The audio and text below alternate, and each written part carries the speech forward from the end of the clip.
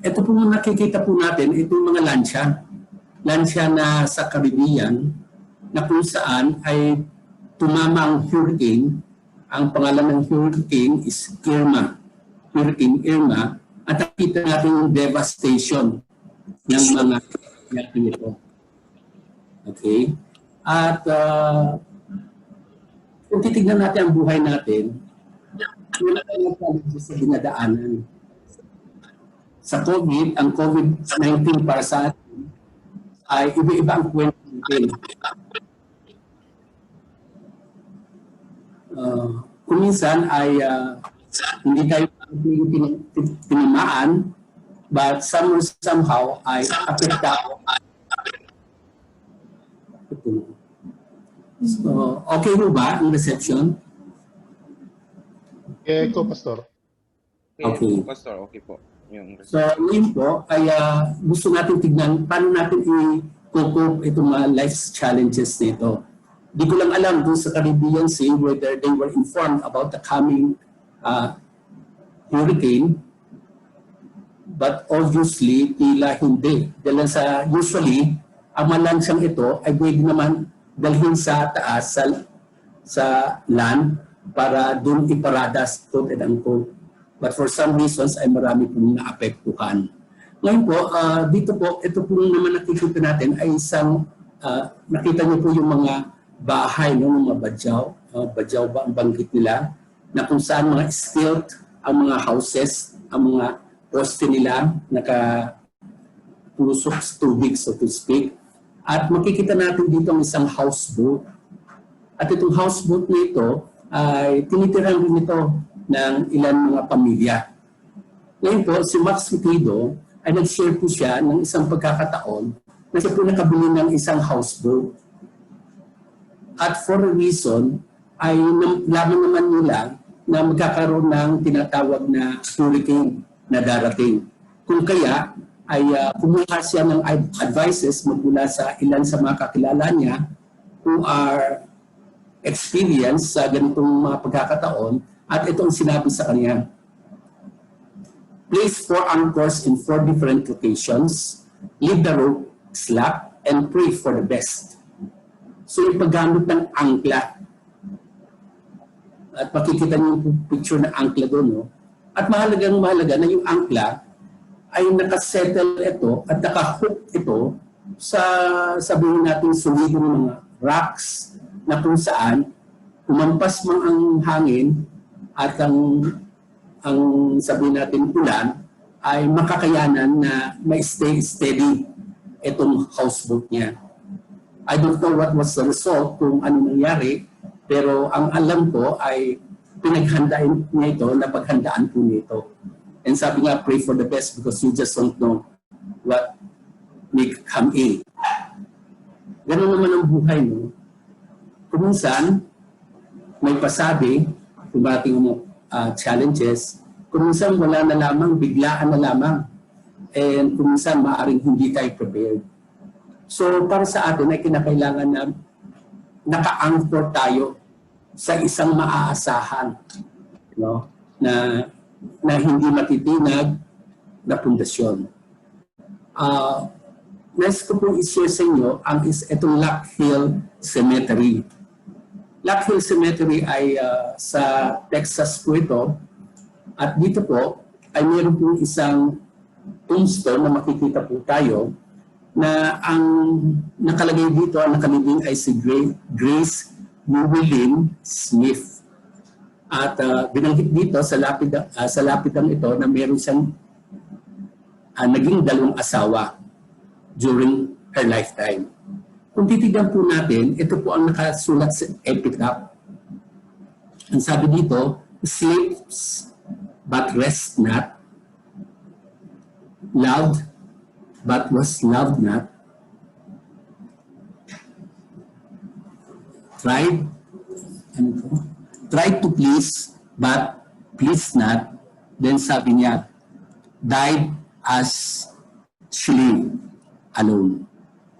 Ito sa epitaph nito ay nakakalungkot, no? Na kung titignan natin, dyan sa epitaph na yan, ay masasabi natin ang pinagdaanan niyang buhay ay hindi madali. Hindi natin ma-spell out specifically kung ano mga difficulties sa dinaanan niya. But then, we know just from the epitaph lamang, it describes a life that is lonely and might be feeling niya insignificant siya. Alam niyo po bang ibig sabihin ng significance? May value, di po ba? And when you feel you are insignificant, ay mahirap. Parang hopeless ka, wala kang kabuluhan, hindi ka importante. You might be in the midst and in the middle ng karamihan, ng crowd, pero it's as if you don't exist. Doon sa panahon, mga kapatid, na tayo po ay nagagather physically sa sanctuary, at after the service ay dumadapo po tayo sa may tinatawag na quadrangle upang mag-take tayo ng food and snacks, ay may pagkakataon sa buhay natin kung bago pa lang tayo, nasumpungan mo ba na sa kalagitnaan ng karamihan ng mga tao na nag-uusap, ikaw nasa sulok lamang, bago ka, maaring sa ilang kaitalan na kaligtaan ka, maaring inyong LGBT mo, hindi ka na introduce sa iba. I don't know how you will feel if you are in the midst ng mga tao,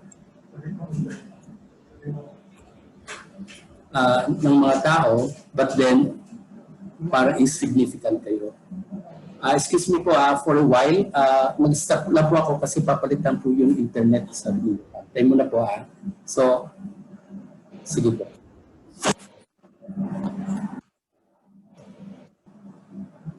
Ito ba yung video?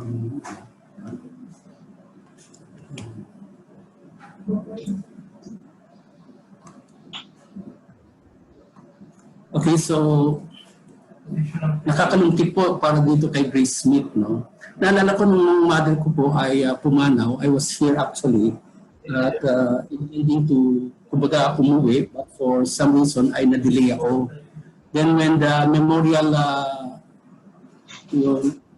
plan, holder kasi kami, Pacific Memorial, they were asking us kung ano bang ilalagay namin sa lapida ng mama mo. Ang sabi ko sa kanila, itong dalawang words lamang ang ilagay nyo. Sabi ko doon. At tatlong sabi ko. Hindi ko na alam. Nag-leave ako. Naglolo ko. Okay. Elaine. Ayan kasi ang pangalan ng mother ko. Tapos sabi ko, lagyan mo ng kama. Tapos sumunod, yes, Lord. No, para pag ganun sinasabi ko, pagdating ng rapture, at bababa ang ating Panginoon at tatawagin ang pangalan niya, ang isasagot ng aking ina, buting ina ay, yes, Lord, kasi siya po isang manampalataya. Kaya usually yung epitaph speaks volume kung sino ka, kung sino o ang description ng buhay na nakahimlay dyan. So nakakalungkot ang taong ito. I'd like to introduce you to also. One is ang very successful na lawyer sa San Francisco na kung saan ay nag-asawa ulit siya for a reason. Very successful siya sa trabaho niya. Nag-asawa ulit siya and few days after ay pumasok siya sa kanyang sleeping bag at binaril niya ang sarili niya. He took his life. At isang note ang nakasulat po dito. Wala yung note. Sorry po, ba't hindi lumabas?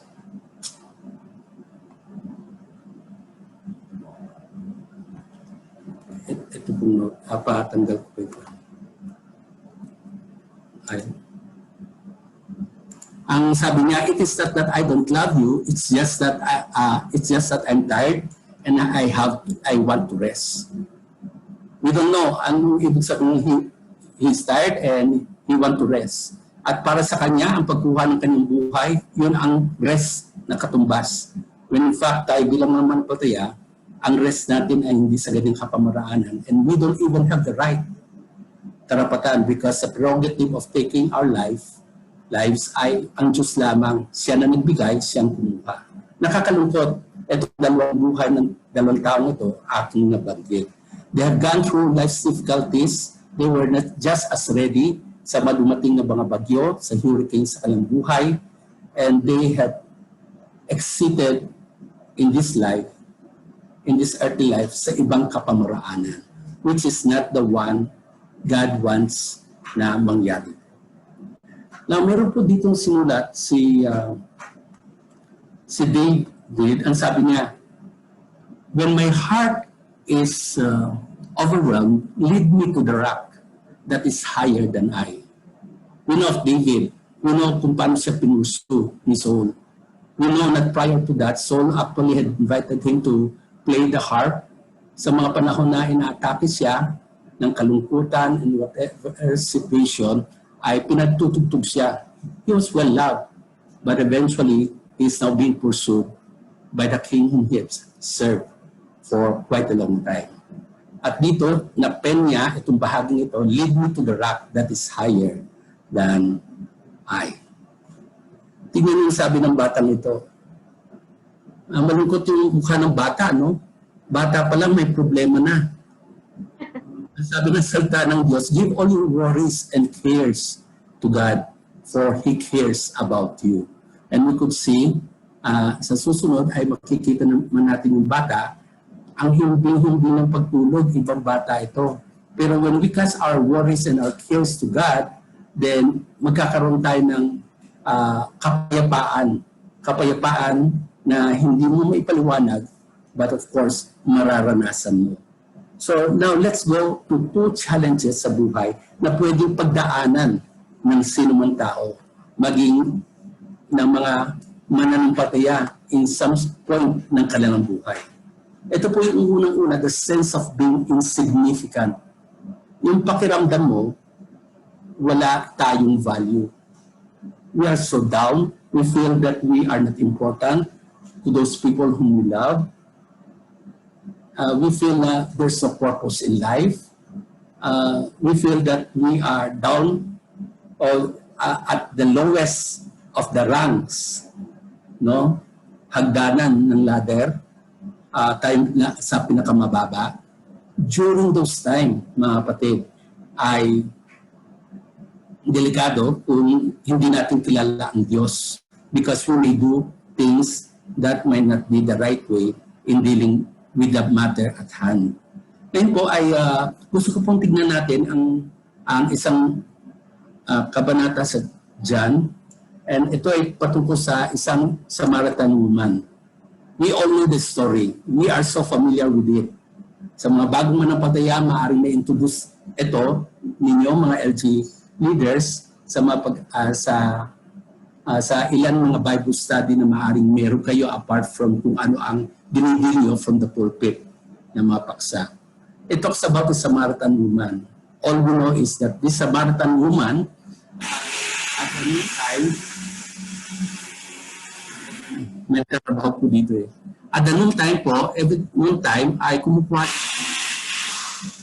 sumasalog po siya ng tubig. Sumasalog po siya ng tubig. Now, sabi dito sa verse 7, when a Samaritan woman came to draw water, Jesus said to her, will you give me a drink? It was unusual for a Jew, male at that, na humingi ng request o makipag-usap sa Samaritan at lalo na babae. Kasi kung sa mga Hudyo, ang tingin nila noon ay mababang uri ang mga babae over sa mga kalalakihan. Kumbaga, ang tingin nila parang kagamitan lamang, muebles lamang sa bahay. Kaya para sa isang Samaritan woman na kausapin ng isang lalaki, ay nagulat siya. At dito sa instance nito, mga kapatid, humihingi siya, he is requesting. Alam mo po, in a way, to some extent. At sometime, kapag kayo ay humihingi, kayo are at the receiving end. No? Receiving end. Humihingi kayo ng favor. Ganun po ang pangyari. At nakita rin ng babae nito na itong si Jesus ay isang Hudyo na hindi ikakaila sa kanyang kompleksyon, sa kanyang wangis. So much so, nagulat ang babae ito na mayroong humihingi ng tulong sa kanya. And at that time, ang humihingi niya ay mabigyan siya ng tubig kasi ang Panginoong Jesus ay nauuhaw. Then sa verse 10 ay narito ang sinabi ng ating Panginoong Jesus, kung alam mo lamang ang regalo ng Diyos at alam mo lang kung sino itong humingi sa iyo, ay ikaw ang humingi sa kanya ng living water. Mayroong offer. Isang Samaritan woman na sa society niya ay hindi siya tinatanggap dahil sa mga babae ay umiiwas sa kanya dahil sa isang uri ng buhay na kanyang pinamumuhay. Kaya nga tanghali siya pumunta dahil sa beside the well ay walang usual na babae ang pupunta sa kalagitnaan ng katanghalian dahil sa init, scorching ang sun. But for this woman to go there, obviously there's a reason. Iniiwasan siya ng mga kababaihan na kapwa mga mas Samaritana. So dito ay nag-offer ang ating Panginoon Jesus something na maaaring hindi naranasan ng babae ito. Hinihingan siya ng serbisyo, inuutusan siya, pero para siya ay makarinig magmula sa kapwa mga Samaritano ng offer na libre, it's something. No? Kaya makikita natin yung insignificance niya sa kanyang society na kanyang kinagagalawan, sa bayan na kanyang tinitirhan, ay dahan-dahan na scale off to some extent. Na parang pakiramdam niya, mahalaga ako. No? Mahalaga ako, may ino-offer na living water. Pagdating dito mga kapatid sa 13, ang sinabi ng Panginoon Jesus, ang uminom ng tubig na aking ino-offer ay hindi katulad ng tubig na ito na binibigay na kung saan ay mauuhaw ka pa ulit. Kundi itong binibigay ko sa iyo ay will become in them a spring of water welling up to eternal life. So something that is so special na pinamimigay, libre, in-offer sa kanya maski na hindi siya kababayan. Something na na-touch ang puso ng babae ito. At the time when she is so down and he's being looked down, and she for herself might have decided or have arrived at a conclusion na he is not worthy also, walang kabuluhan ang buhay niya, he is valueless, walang value, if I may say. So, sabi ngayon dito ng Panginoon Jesus, nang pinakita yung interest niya na makahingi ng tubig para hindi na siya pabalik-balik because at this time hindi pa sila nagkaka-meet ng pagkakaintindi tungkol sa water na in-offer ng ating Panginoon Jesus. Ang sabi ng Panginoon Jesus sa kanya ay, sige, tawagin mo yung asawa at bumalik ka. Then, sabi niya, wala akong asawa. Tama ang sinabi mo, wala kang asawa. Dahil meron kang 4 o 5 asawa, I can't remember the number, pero yung kinakasama mo ngayon ay hindi mo asawa. Now, para sa kanyang sabihin na wala siyang asawa, then eventually sabihin ng Panginoon Jesus, kilala kita, actually nakapag-earn ng trust ang Panginoon Jesus magmula sa babaeng ito dahil lang sa yung ilang mga discrimination, yung ilang mga barriers of communication, nilaktawan ng ating Panginoon Jesus. Siya bilang isang Hudyo, marami siya nilaktawan ng mga dapat hindi ganito, makisalamuha, dapat hindi makapag-usap sa babae. Yung ganon, nabibigyan sila ng kahalagahan. Ay nag-cause para sa babae ito na kasi pwede lang hindi siya sumagot eh. Pero sumagot siya nang wala siyang asawa, whether tinatakpan niya ito o hindi. Ang sabi ng isang author ay ganito. Yung pagiging kabaitan ng isang tao, isang favor na pinapakita mo sa isang tao, it may help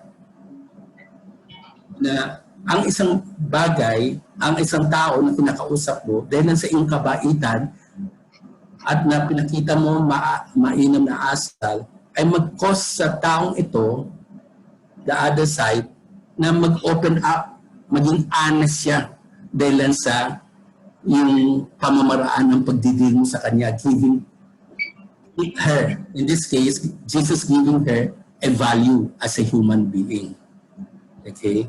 So then, sabi naman ng babae, sabi ng iba, dapat dito sa mountain na ito, sabi niyo doon, naman ang dapat ang pagsamba sa Jerusalem. Sabi ng Panginoon Jesus, hindi dito sa mountain na ito, doon sa Jerusalem, kundi, ang sabi niya, dumating ng isang panahon at ngayon na kung saan ng Diyos ang sinisik niya, true worship is in spirit and in truth. So much so, ang lugar is not now the issue, but it is the heart, which is the issue.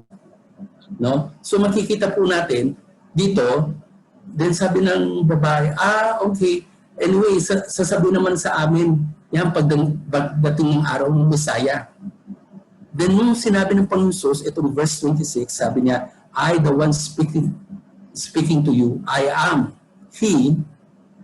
Then, grabe, pakiramdam ko, grabe ang dating sa babaeng ito. Na, God, the Messiah, kumbaga ang Messiah nag-appear sa akin. Sino ba ako para nag-appear siya sa akin? Something that he felt privileged, no? Na nagpapasalamat siya. Hindi siya magkamayaw na andun sa kanyang puso ang pagpapasalamat. Then dumating ang kanyang mga disipulo at so umalis yung babae. Nung umalis yung babae at pinagsabi na niya na is he the Messiah, sinasabi lang niya doon sa mga lalaking na tagpuan niya doon sa entrance ng city, gusto mapansin nyo na itong babaeng ito ay mayroong naiwanan. Actually, mayroong dala-dala siya yung pitcher. Na yung dalang-dala niya yun, kumbaga kung araw-araw nga siyang kumukuha ng tubig para makainom, para sa kanyang makainom at ang kanyang pamilya, ay makikita natin na paulit-ulit na dala-dala niya ito na malayo ang kanyang pinanggagalingan. Malayo ang kanyang pinanggagalingan. So I would say na maaaring nag-stoop down na ang kanyang posture. Pero at the time, mga kapatid, we can visualize yung katuwaan niya, yung kasiglahan niya, umalis siya, ikunento niya, ipinahayag niya na may kumatagpo sa kanya na isang lalaki, isang Hudyo, na sabi siya ang Messiah na nag-offer ng living water that will well up to eternal life. Itong babae ito, nung umalis siya, wala na siyang dala. Nakalimutan niya, most probably dahil sa katuwaan niya, pero kalinsabay noon, naniniwala ako na nabuo ang kanyang personalidad. Dahil lang sa yung sense of insignificance niya ay napawi yon kasi kinatagpo siya ng Messiah in the person of our Lord Jesus Christ at inoferan siya ng buhay na walang hanggan, ng living that will well up into eternal life. Di ba kuminsan tayo, in a way, kapag associated tayo sa isang malaking kumpanya, somewhere, somehow, we feel parang ano tawag natin doon? Parang iba ang dating sa atin. Meron tayong value kasi ang value natin, ina-associate natin kung gaano kahalaga, hindi lang ang posisyon, kundi kung ano pa man kumpanya na kumuha sa atin. Somewhere, somehow, misplace yan, ha? Hindi natin dapat kunin yan as part ng acting significance. But what we are saying is reality yung kuminsan. Di ba? Katulong ka nga, pero kung katulong ka naman ni Sharon Cuneta, in a sense, sikat, kilala, nire-respeto sa maraming pagkakataon, lalo na noon. Hindi ba, maski nakatulong ka labang, iba ang dating . So, dito naman, this is something that the Lord Jesus Christ is filling up the vacuum ng kanyang buhay. I would believe Ang enkwentong ito ay nag-change sa buhay ng babaeng ito. At ang babaeng Samaritana now can look straight to the eyes ng mga kababaihan because God has forgiven her. God has given her, she's now a child of God. Yan po ang nagagawa ng Panginoon. I don't know kung saan tayo manggagaling. Di ko rin alam kung saan natin kinukuha ang significance natin. Sa affirmation ba ng mga magulang natin? Sa affirmation ba ng mga kabarkada natin? Sa titulo na nakuha natin? Sa eskwelahan na pinanggalingan natin? Ang mga ito ay pasalamat tayo sa Panginoon because part of the blessing, naging masipag tayo sa pag-aaral and so. But then, at the end of the day, these are not the way by which by God, how God looks at us. So yun ang gusto kong makita natin mga kapatid, sa anuman sitwasyon na kinalalagyan natin, dahil sa tayo nakakilala sa ating Panginoon, we ay pinahalagahan tayo ng ating Panginoon. You are valuable in God's eyes. Kung minsan, trabaho, kung nawalan ka ng trabaho, lalo na dito sa pandemyang ito, mayroong mga challenges, mga kakilala natin, kamag-anak natin, ay maaaring nawalan ng trabaho. Does that lessen their value as persons? Hindi po. Hindi po ba? Alam po natin yon. So, we are valuable in God's eyes. Yun po ang gusto natin makita. Kung titignan po natin, ang sabi po dito sa Romans 5:8, that while we were yet sinners, but God demonstrates His own love for us in that while we were still sinners, Christ died for us. No? Christ died for us. So ang Panginoon Jesus namatay para sa atin nang tayo mga makasalanan pa. Ibig sabihin nun, para ang Diyos ipadala niya ang kanyang anak na si Jesus para mamatay sa kanyang mga nilalang, tayo, no? At nang hindi pa natin na ipapakita ang pagbabago ng buhay natin because we are not able to, we don't have that capacity para maunawaan natin na ang Panginoon Jesus ay namatay para sa atin nang tayo ay mga makasalanan pa, ay pinapakita ng Diyos ang kahalagahan natin sa Kanya. While we were yet sinners, Christ died for us. Di ba sinasabi nga, siguro mayroong mamatay para sa isang mabuting kaibigan. Pero sa isang masamang tao, bahit siya walang sino man mag-voluntaryo mamatay in behalf of that person. But not so with God. And this is a kind of love that dinemonstrate niya nang pinadala niya ang kanyang anak na si Jesus, na ating Panginoon.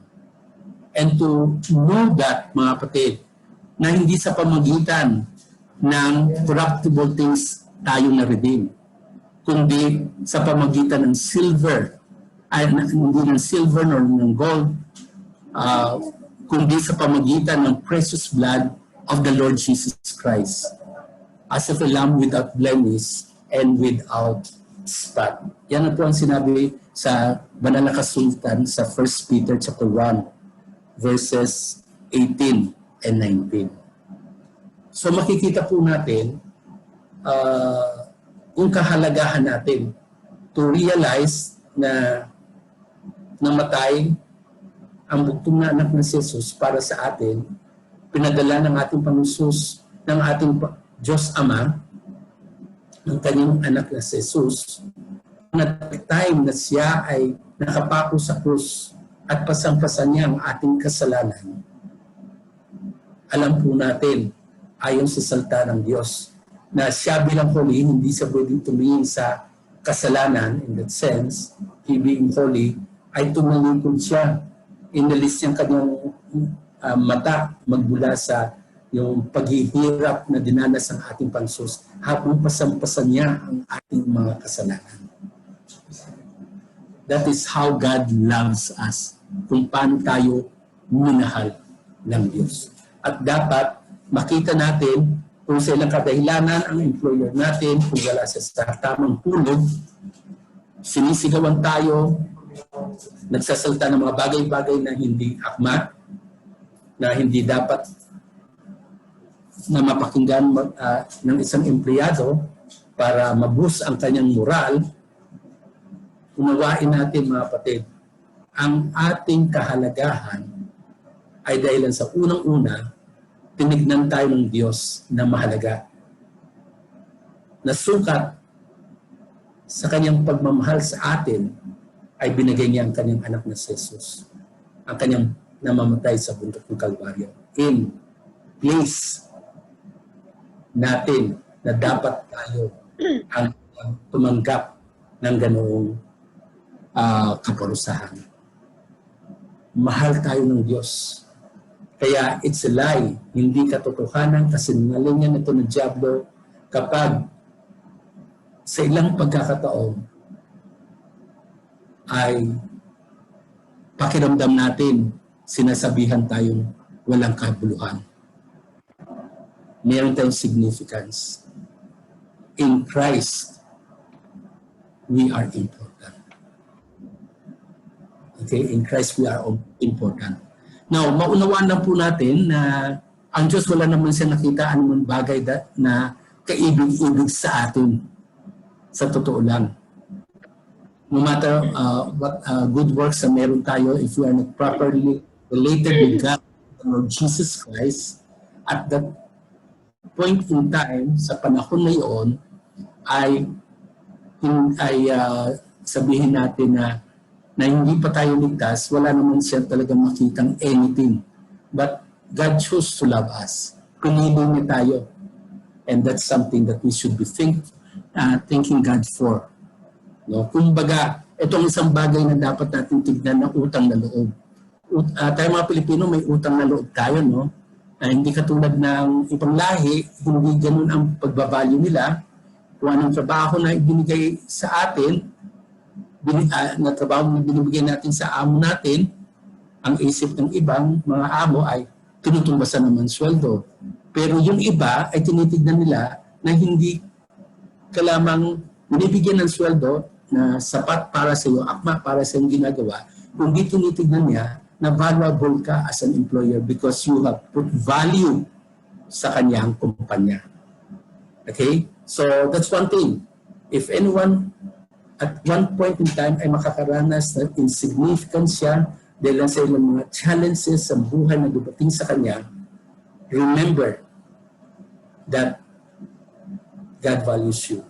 Kaya niya pinadala ang kanyang buntong anak na si Jesus. Minahal niya tayo. Minahal niya tayo. Okay po? So, ang ikalo po ay itong sense of being a total failure. Yung pakiramdam mo, naulit na naman at wala na. Tapos ang buhay ko.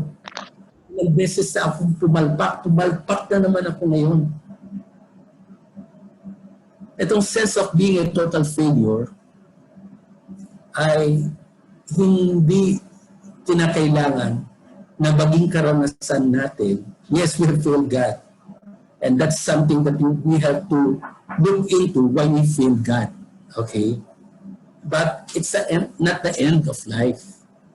It's not the end of our existence, so to speak. The sense of being a total failure, kung pumasok man sa ating kaisipan at one point in time, hindi natin hahayaan na magpapatuloy ito na magrarab sa atin ng ating, kumbaga, ng ating position in Christ. We are in Christ. Kung tayo ay mananampalataya na, tunay na tinanggap natin si Kristo bilang ating Panginoon at tagapagligtas at ginawa natin siya na papatnubay, na siyang Panginoon natin, na sinusundan natin.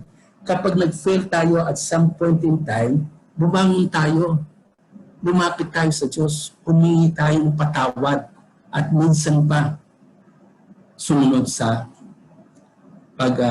paggabay niya. Now, we know, familiar rin po tayo dito tungkol kay Peter. Makatlong beses niyang itinatwa ang ating Panginoon. Siya na nagsabi, no, Panginoon, lahat man ng mga tao ay, kumbaga mga disipulo, lahat ng mga tao ay iwan kayo. Ako, hindi ko kayo iiwan. Pero sabi ng Panginoon, bago tumilaok ang manok, makatlong beses mo ako ipagkakatwa. Sabi niya, hindi. He was so sure of himself. But we know this story. Alam natin ang history. And we know of one while he was following God or following Jesus behind ng may kalayuan from a distance, ay ang ating Panginoon ay nililitis na, ay naroon si Pedro na natanong ng isang slave girl who was then keeping the door ng temple. Sabi niya, we're not also one of this man's disciples, are you? Disciples, are you? He said, I'm not. Hindi daw siya. Then sumunod, sabi sa verse 25, now Simon Peter was standing and warming himself. So they said to him, we're not also one of his disciples, are you?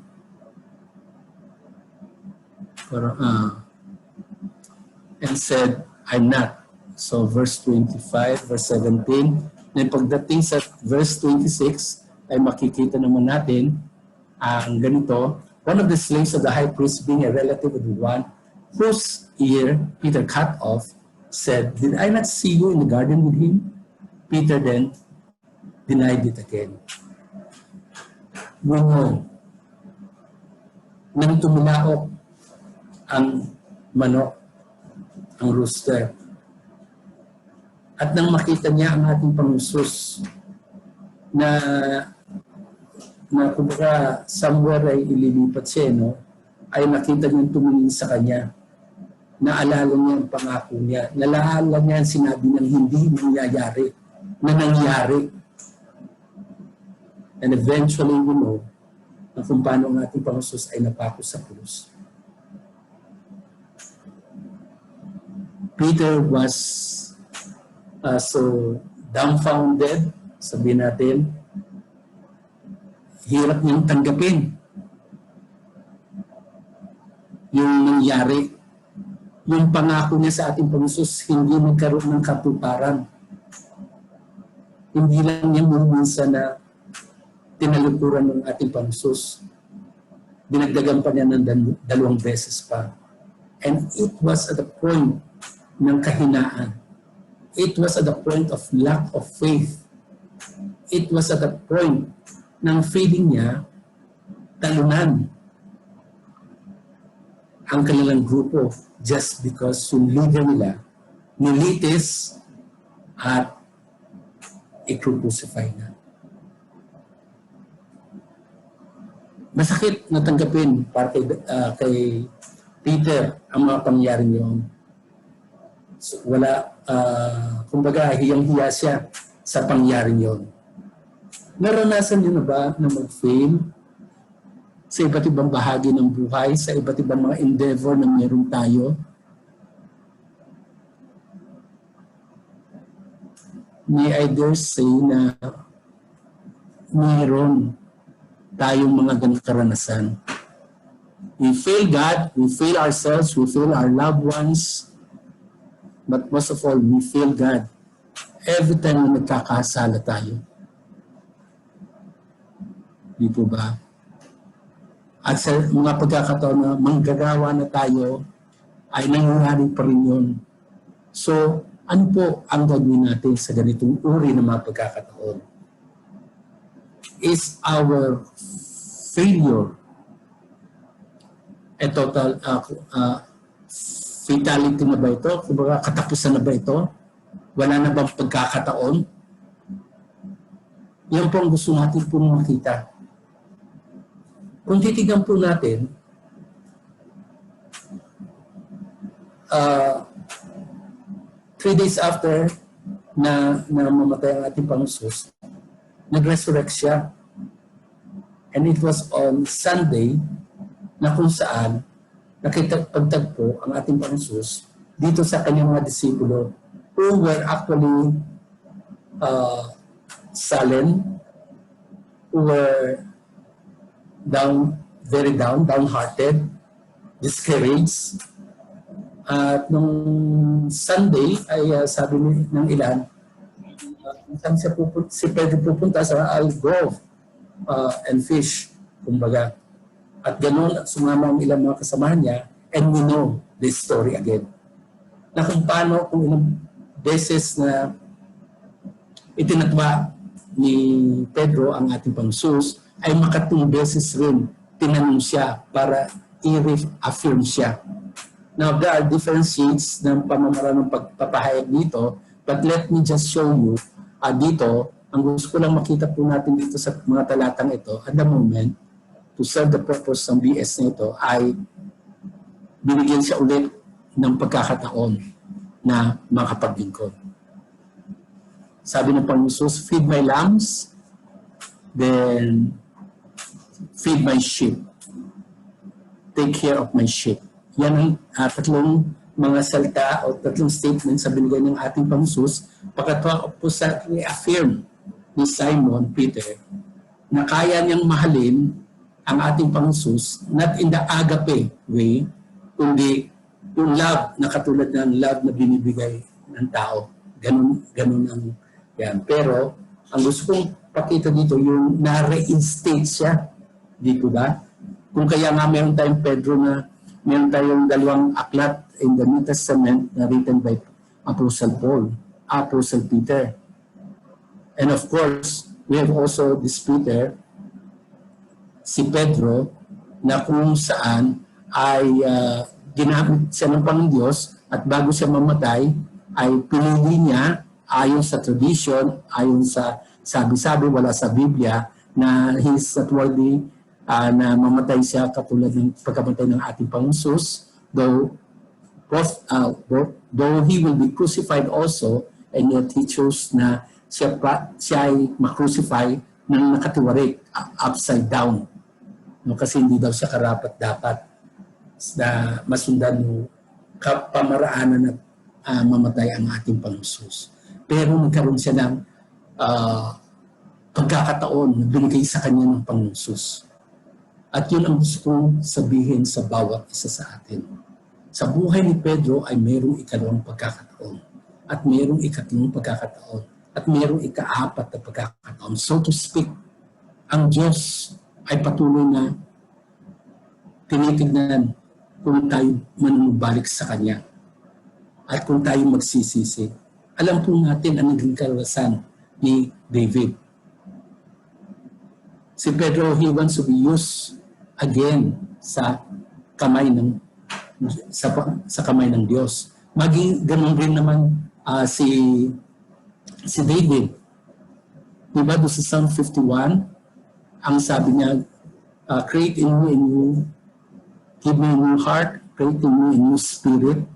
Yun ang sinabi niya in Psalm 51. It is actually confession kasi nagkasala siya ng murder, nagkasala siya ng pangangalunya. And he was asking the Lord na ma-restore ulit siya. Then sa verse 15, meron siyang sinabi doon that I will be able to teach transgressors of your way para maituro ko sa pagpapanumbalik ni David para magamit ulit siya ng Panginoon. Ay humingi siya ng ganung request. After na siya humingi ng patawad. Kung titignan natin si Moses, 40 years, natutunan niya, nagdepende siya sa sariling kalakasan. Kala niya, mapapalayan niya ang Israelita noon. No? Israelita kasi may nag-aaway na Israelita, pati isang Egyptian, napatay ng Egyptian sa pamagitan ng kanyang lakas. Pero anong nangyari? Hinabol siya ng Pharaoh. Kumbaga, natakot siya. Nagtago siya. Then for 40 years, yung alam niya, lahat ng mga abilidad niya nawala.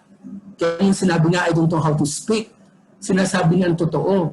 though he was learned, siya ay turuan sa Prince Court, inihanda siya para maging susunod na heir, but because of the murder na ginawa niya laban sa tao o citizen ng hari ng Egypt, siya naman hindi naman talagang Egyptian. For 40 years, anong sumunod na 40 years, anong nangyari sa kanya? Nag-alaga siya ng tupa.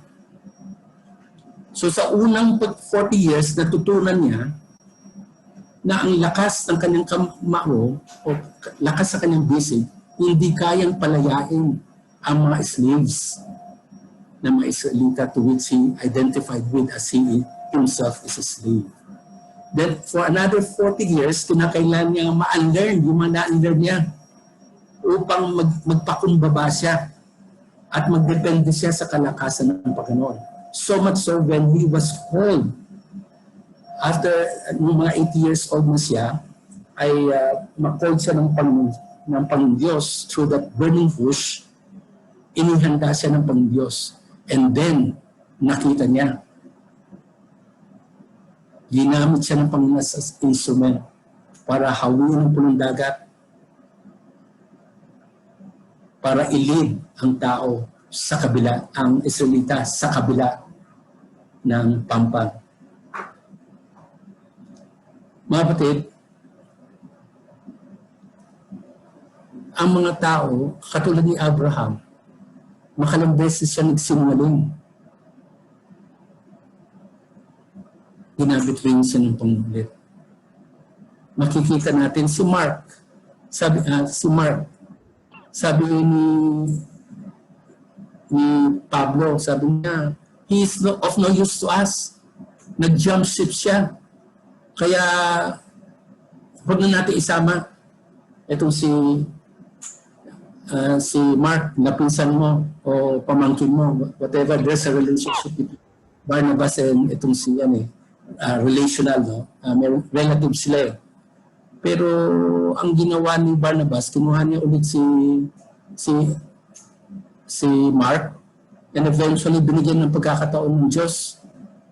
So much so, nung tumagal, nakita ni Pablo na kailangan niya ulit si Mark at nakita niya na kagamit-gamit siya, very usable siya sa ministry, naging profitable siya, si Mark. Kung hinayaan naman siya at hindi siya nagpagamit sa Panginoon. Ibig sabihin, he was a total failure as far as Paul was concerned at the time.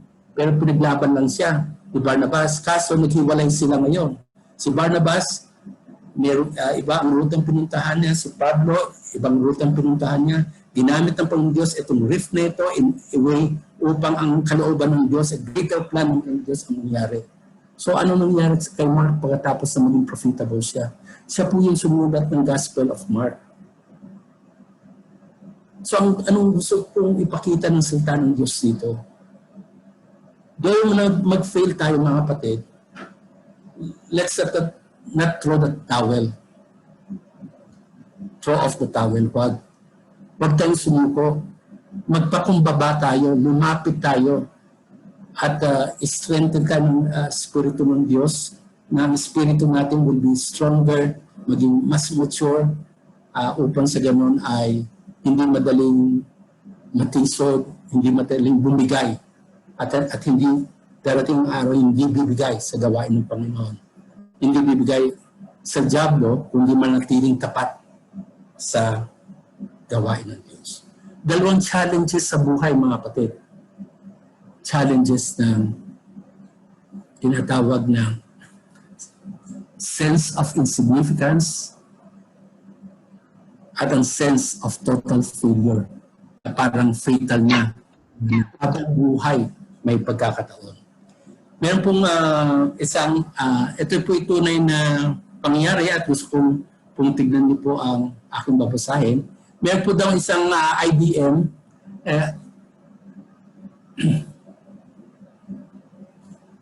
dito po babasahin ko po, no? A promising junior executive with IBM involved the company in a risky venture that resulted in $10 million loss.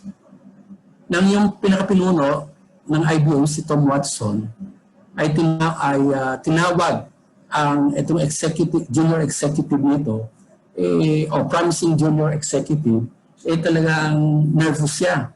At inunahan na kaagad ng binatang ito, young man. Sabi niya, I guess you want my resignation. No? Pag-resign niyo ba ako, kailangan mo ako mag-resign?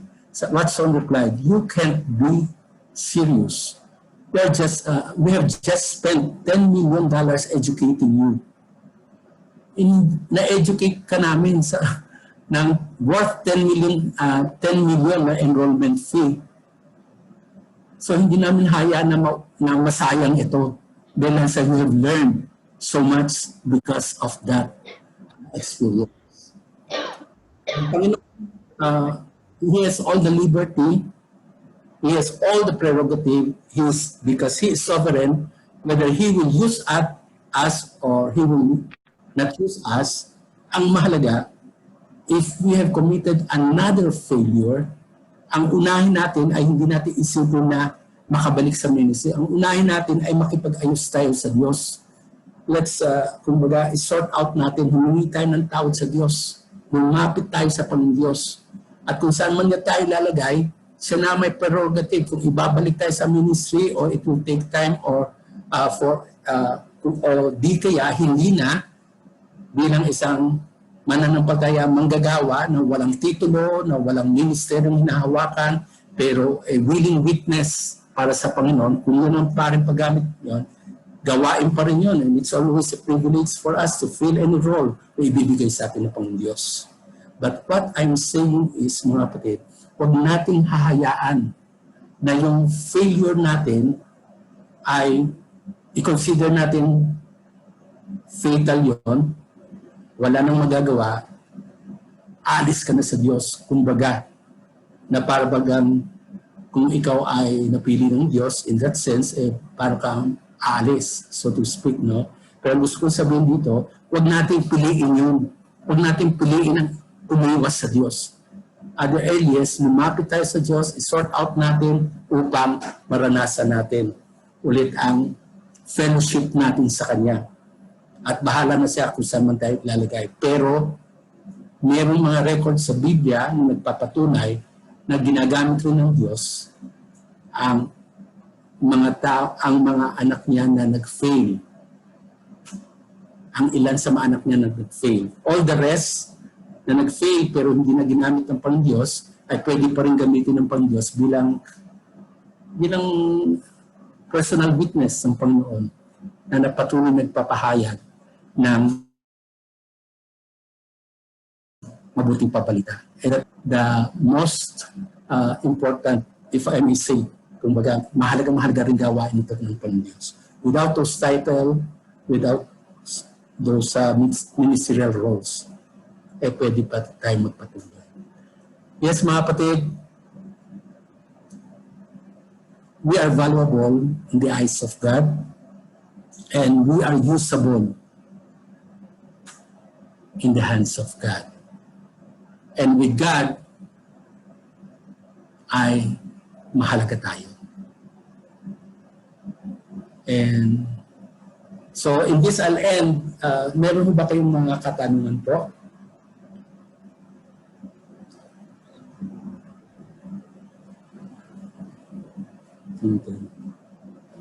Yun, maraming salamat, Pastor, para sa napakagandang mensahe at